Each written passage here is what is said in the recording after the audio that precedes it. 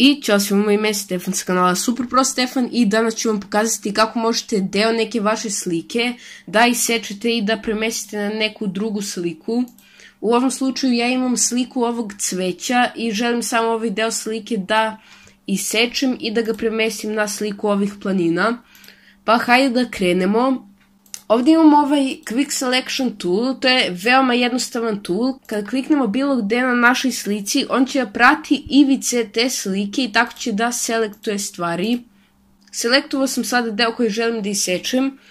Također, gore možete da podešavate veličinu tog toola, hardness i ovaj spacing. Što se tiče veličine, njih možete samo na kockaste zagrade, tako vam je dosta lakše.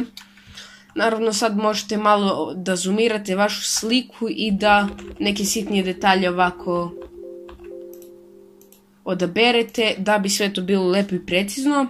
Uglavnom, kako sad da isečemo ovu sliku, kada odaberete deo slike, idete desni klik i možete da idete layer via copy ili layer via cut, u zavisnosti da li želite katujete ovaj deo ili da ga samo kopirate.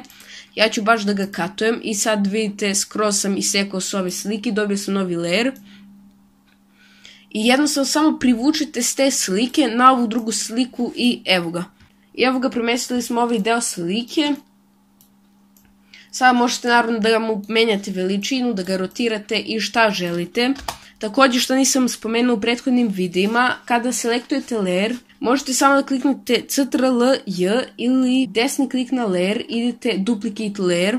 To će jednostavno da pravi kopiju vašeg layera i evo kao što vidite, samo kliknem Ctrl+J i privučem. I sad sam napravio identične kopije ove slike. I to je bilo to što se tiče ovog tutoriala. Kao što sam rekao, svi tutoriali će budu kratki. Ako niste odgledali prethodna dva, obavezno odgledajte. Korisni su. A mi se vidimo u sljedećem videu. Ćao!